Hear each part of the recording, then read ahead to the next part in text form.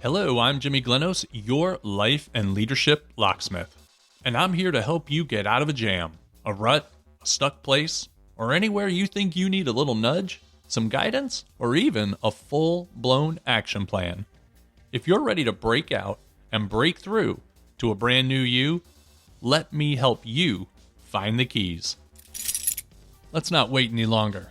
It's time to unlock the shortcut.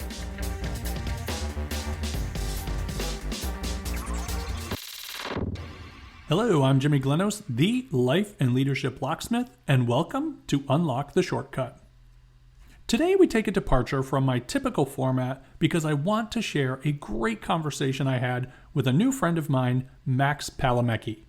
Max is an Air Force veteran, FBI veteran, author, public speaker, and certified leadership coach.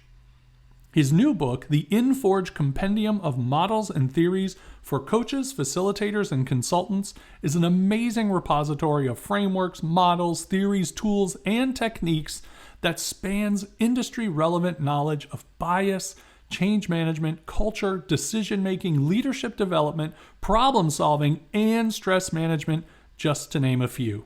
Seriously, it's all in here. In our conversation, we discuss what it's like working for the FBI, the importance of situational leadership, and effective techniques when working with hostile or resistant clients. A big dose of gratitude goes out to my good friend Maureen Rudell, who introduced me to Max. Maureen is also an Air Force veteran and leadership coach, and she's the director of coaching at Caveo Leadership. Thank you, Maureen, for this wonderful connection to Max. I appreciate both of you dearly. And now, my conversation with Max Palomeque. Hello, Max. It is so good to see you today, friend. How are you? I'm doing well. How about yourself? I'm doing great. I'm super excited. I know we've had this on the books for a while now, and we finally got an opportunity to get ourselves in each of our studios to get a little conversation going. So I see you've got your two dogs, or you got one or two dogs there? One dog and four cats. Oh my goodness, one dog and four cats. Well, that sounds like quite the fun little zoo you've got there. I love it. Yes, and they'd like to wait until I'm on a Zoom call to start making all kinds of noise. They're silent all day, but when I'm talking to someone, the cacophony of sound. Totally makes sense. That's I think they know they know what they're doing. So I can understand where they're coming from. Little attention from Dad, please. So I have to tell you, thank you so much for sending me your amazing book. This book first of all, it's called the Infourge Compendium of Models and Theories for Coaches, Facilitators, and Consultants. And I love, above your name, Max Palomeque, it says former executive coach to the FBI. I don't know what could be a cooler thing than that. So tell me, how did you get to be the executive coach for the FBI? So it wasn't a formal title. I was actually working for the FBI, doing some curriculum development, some behavioral consulting. I work primarily, or used to work primarily, in the field of human intelligence. So a lot of the training that I did for the FBI focused on that.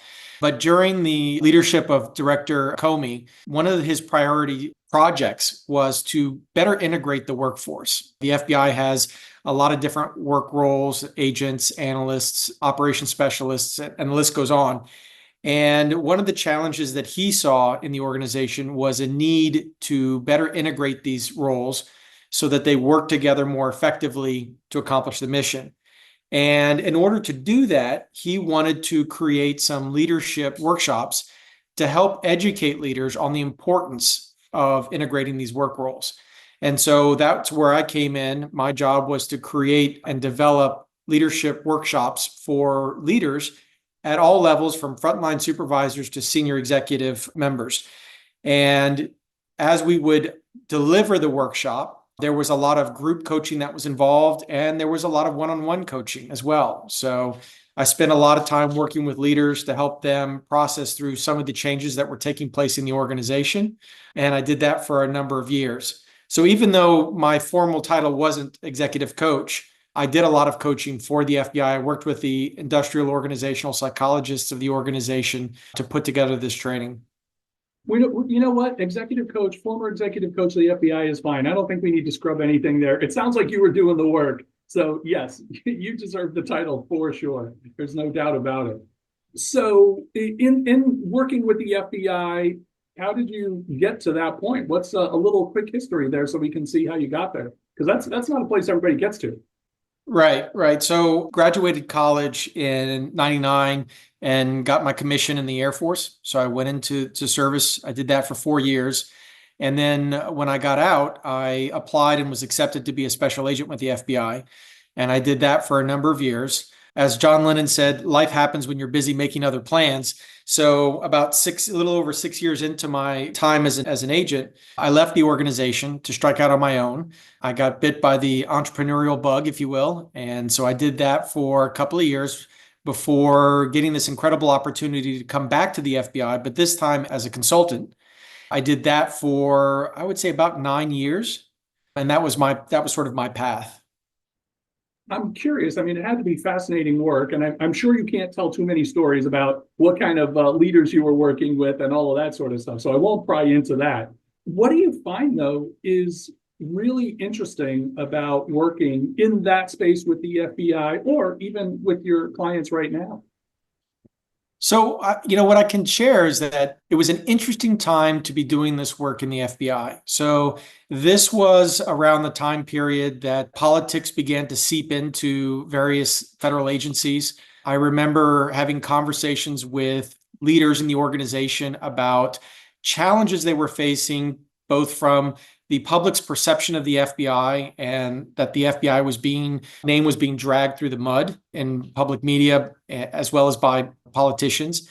And then this was also around the time period that Trayvon Martin happened and George Floyd. And so there was this backlash against law enforcement. And one of the things that I spent a lot of time working with FBI clients on was, how do I process this, right? And so most people join the FBI out of a sense of service, an obligation to serve something greater than themselves. And it can be really traumatic and hard for those in the organization who have those ideals to experience what it's like when the public loses faith in what you do. And so there was a lot of discussion around, how do I, as a leader in law enforcement, make the changes necessary to improve law enforcement, but also, how do I process this? Law enforcement is, broadly speaking, losing faith among people that we serve. So there was a lot of conversation centered on that. Those were challenging times for sure.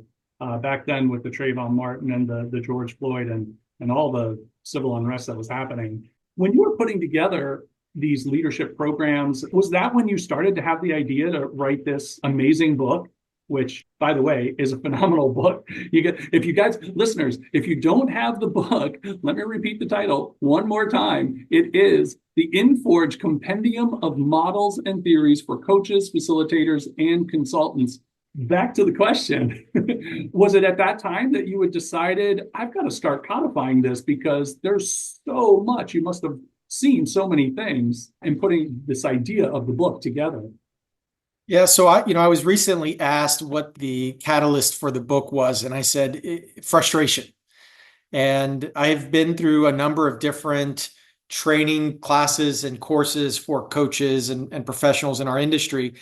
And what I found lacking in a lot of them was an element of academic rigor and some scientific basis.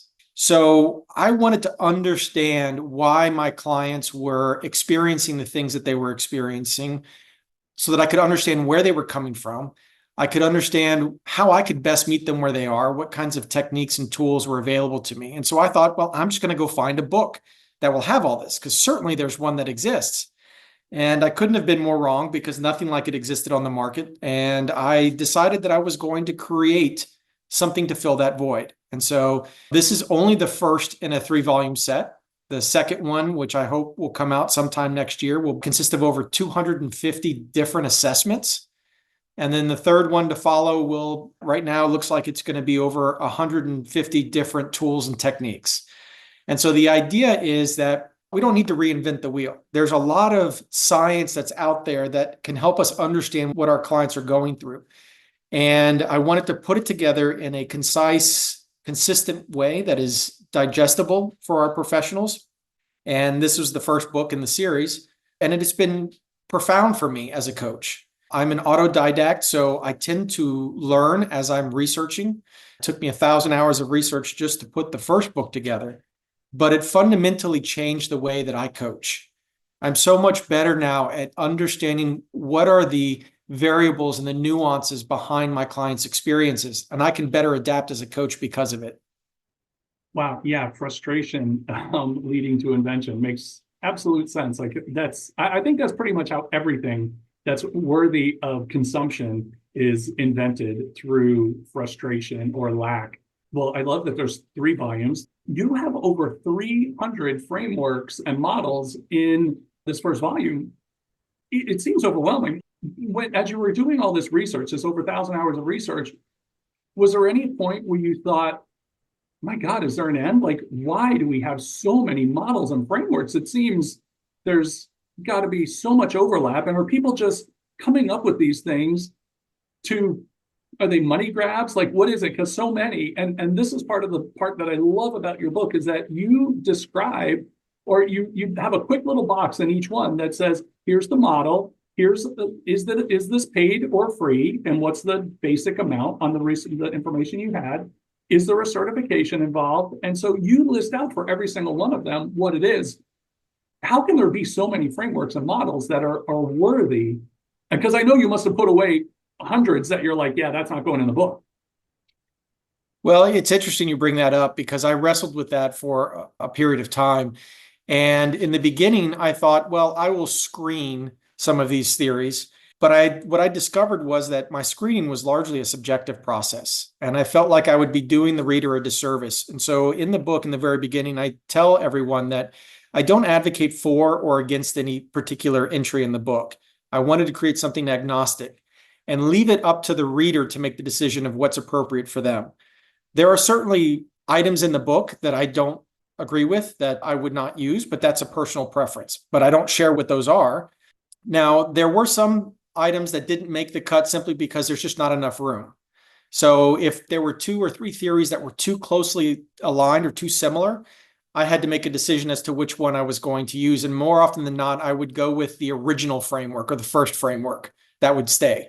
But there are certainly theories, like there's a whole slew of theories under the consistency theory model that talks about a person's relationship with a topic or message and another person, and how there can be dissonance if I like you, but I don't like your message or your politics. And so that creates conflict for me because I like you, but I just don't like your politics.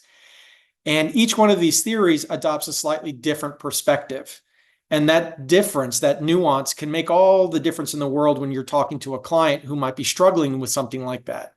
So I include those types of things in the book, and I think they're very helpful. At least they have been for me. And I can appreciate you going back to the original. If there were 2 models or 2 theories that were very similar, I think that shows great deference to go to the original model. How many models do you think are just, there's no new ideas left, right? Like, all the ideas, all the songs have been written, all the tunes have been made. They're all just respun as new songs or tunes or whatever. Are we finding, like, is there any really new breakthroughs in models or frameworks in the last 10 or 15 years? I certainly think there are. I think that we are finding new and unique ways to look at issues. In the past, when we looked at, say, culture, for example, there was a very traditional look at culture from an anthropological or social perspective that looked at societies. But now we're looking at culture differently. We're looking at culture in terms of group identity and how that group identity influences the way we see ourselves. And I do this work with a lot of clients because belonging is a fundamental or inherent need for human beings. We can find ourselves identifying with multiple different groups, but we don't always adopt 100% of the group's identity at any given time. We will pick and choose. Certain things we'll follow, certain things we'll reject. I like to identify I'm a veteran, but I'm also an FBI veteran. The two are not the same. I'm a coach. I'm a ... you fill in the blank kind of thing, right? And so each one of those I am a blank comes with its own sort of identity. And we have the capacity to switch hats on a regular basis based on the environment and who we're with at the moment. So I think that there are lots of room for us to grow and develop new models and theories based on the evolution of our understanding. There are certainly some theories and models that I think are more archaic than others, because as our understanding evolves, we're able to look back on our initial thoughts. Like there's what used to be called the great man theory of leadership. It has a number of different names to it, but it's been around for a couple of hundred years, and it presented the idea that leadership is based on genetic or inherited traits or characteristics, that leaders are born. Now, we certainly know that's not the case anymore. But as we go through and we look at these old theories, what we come to understand changes with time. And so that theory is actually in the book, but it's in the book to demonstrate where we come from in terms of our evolution of our knowledge. Leadership, I know that, and that is the age-old question, right? Is a leader born or made? And some are born, and all are made, right? It's pretty obvious that all of them have to be made, because you can be a leader, but you might be a really lousy leader. So to be a successful leader, to be a revered leader, to be someone who is actually succeeding with their group, sometimes those things have to be learned because they are not inherent in genetics or early sociability with your family or your early group of friends. So yeah, I'm glad we've moved along a little ways in the way of leadership development. And so the different theories that come are fun to look at. I was thinking, when I heard you talk about belonging, it's very interesting. It occurred to me that people who belong to multiple groups probably get along better in society and in a workplace. And you may be one of those people that says, no, work from home is good for me. And that's the end of the story. It seems to me that would be a hard place for a leader to be. A leader has to be one of those kinds of people. A good leader has to be someone who's been involved in a lot of different groups, finds themselves in different social situations so they can understand humanity at a greater scale. Because staying in a single group or even two groups is really going to limit your ability to be a good socializer, a good networker, a good leader, a good relator to others. Do I have anything there, or am I making that up, sort of? No, I think there's some merit to that. I mean, there is a school of thought that suggests there isn't a single ideal type of leader, that what makes the right leader is the situation, right?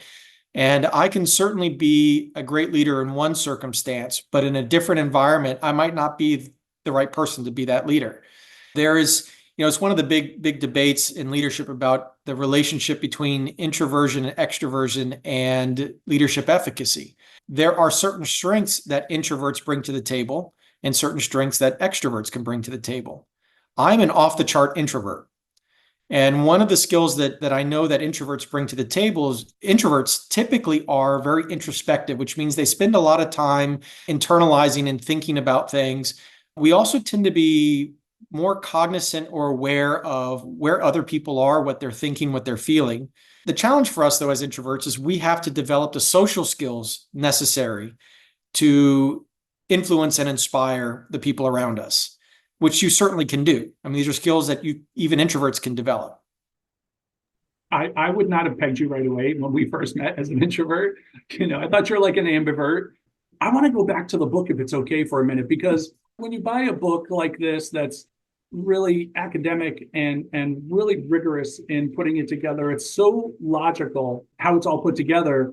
And each page is one of 304, right? I think there's 304 models in there. And each page comes with the little block, like I said, here's the title, here's the cost, if any, here's the certification process, here's the, whatever the different categories are in there.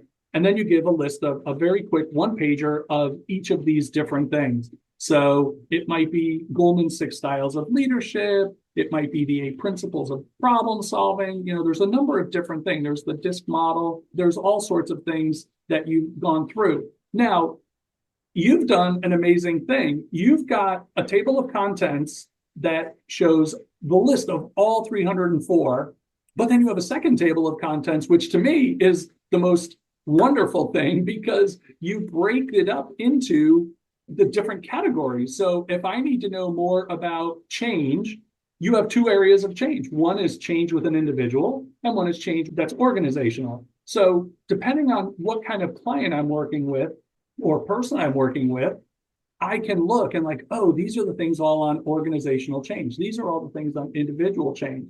This is the area of employee engagement or social intelligence, emotional intelligence. You've got all the categories built in the table of contents. So I can go and look. If I need to think about emotional intelligence, which one of these is going to work best for my client? I don't have to look and know the titles and go page, back and forth. I can just use that table of contents at the beginning to get me right into each one, which thank you for putting that in there because that's an amazing part of the book, which I think a lot of people might just, if you skip past it and just go right in, you're not going to realize what a valuable aspect that is of the book. So thank you for that. Yeah, absolutely. And it's interesting. You mentioned 300 and I think 4 frameworks, and I've actually been receiving recommendations for additions to the second edition of the book. And I think there's an additional almost 20 new frameworks that will eventually be added to a second edition whenever that comes out. There'll be more to it as we go forward, but hopefully professionals will find utility in this book. It's intended to help inform professionals so that we can collaborate better because we're all trained differently. We all hold different fundamental foundations of knowledge.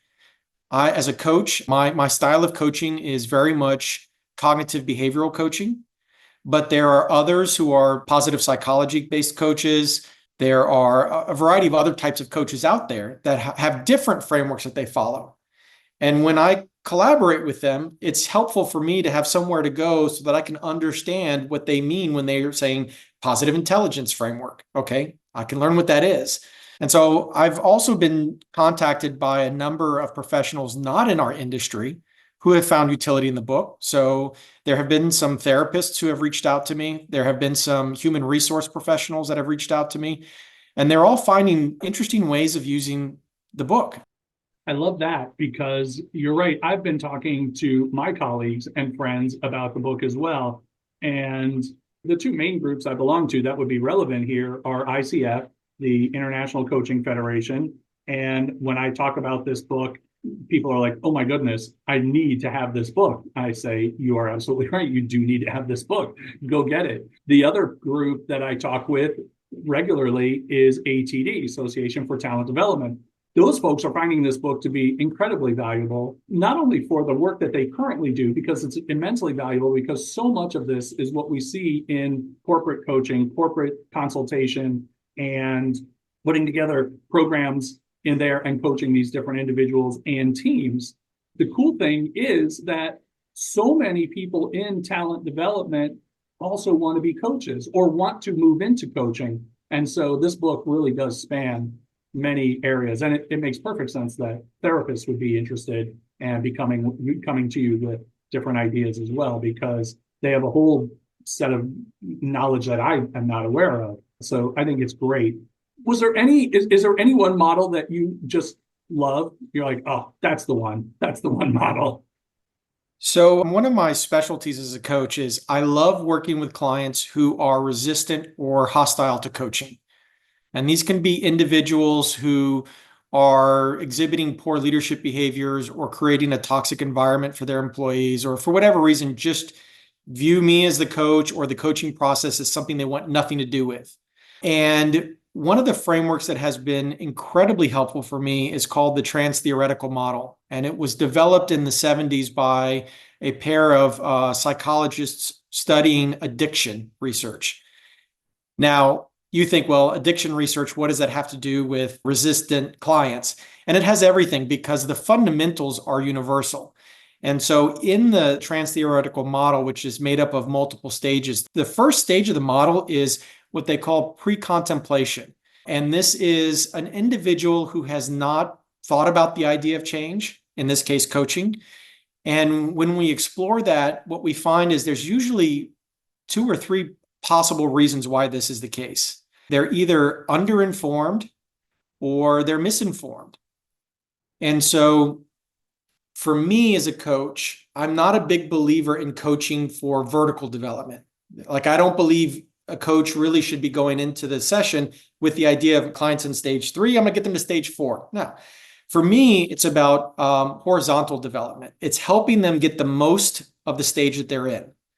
And so if I'm with a client and they look at me and they go, look, I really don't want this coaching stuff. I don't, I don't need this. I'm okay.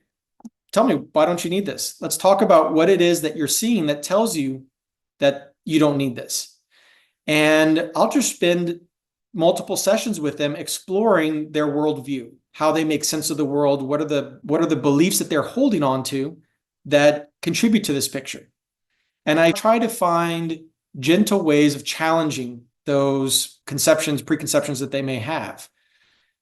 And in my experience, it's like water eroding a mountain. It happens, it's just very slow. And so for me, the trans-theoretical model is one of my foundational frameworks that I hold on to and I use. And it's a very complex framework, but there's a lot of utility, especially when we are working with clients who are either facing change or resisting change for some reason. That's so fascinating that you love the super challenging client. I don't know that everybody shares that love for the challenged client. I like it. I think it's interesting. I'm definitely going to have to learn more about the trans-theoretical model because it's, like you say, it's complex, and I want to learn more how to use that, which would be fantastic. Super interesting that you let the person sit in their own pool of water, right? They sit in their own tub of water and explore and feel it out all the way, helping them see where they are. And then eventually the water starts to cool a bit and you're like, all right, well, this isn't comfortable. And so they have to move somewhere, right? And so you help them find the place where they have to move in some way. So that's, wow, that's so cool. I love how that works. I certainly appreciate that as coaches, we have to know what our limits are. And I know there are a lot of coaches who don't want to work with clients who are hostile or resistant. That's not what they do, and that's okay. In my experience, oftentimes the people who need coaching the most are the ones who are hostile and resistant. And I can't sit here and tell you that I have connected successfully with 100% of those clients. In fact, I would say it's almost 50-50. But for those that I can resonate with and I can help them consider new perspectives, eventually they do embrace the change or the coaching experience. It makes it all that sweeter, if you will. And so while I'm not going to say that coaches should get comfortable working with clients who are resistant, I think that there is a need for coaches who work with that type of client. And I also think that there is a great deal of missed opportunities. I've had a lot of clients who are resistant who have told me, you're the 4th coach I've been with. All the other coaches stopped working with me. And I feel like they get left behind. And the frameworks that are in this book are critical for me in my specific line of work because they give me the ability to better understand the client's point of view. And it allows me to be creative and strategic with my coaching approach so that I can help them think differently or consider differently, if you will. And each time I'm able to connect with a client in that way, it moves the needle for them. And it ends up creating something meaningful for them. And I like that. Yeah, I can see why. It's really good. Even if it's only a 50% hit rate, those hits are home runs. Max, we only have a couple of minutes left. I wish we had more time. I could talk with you all day long, that's for sure. I have only 2 questions. The first one is, how can people get in touch with you and how can they find your amazing book? So my book is available pretty much every major seller. So Barnes & Noble has it online. Amazon is probably the easiest way to get it. I would ask if anyone purchases the book, if they wouldn't mind writing a review. Those reviews actually matter. And in terms of getting in touch with me, my website, www.infourge.co. There's no M, it's not a .com, it's a .co. My email is also in the book. So if people have recommendations for additions to the book, they can email me directly.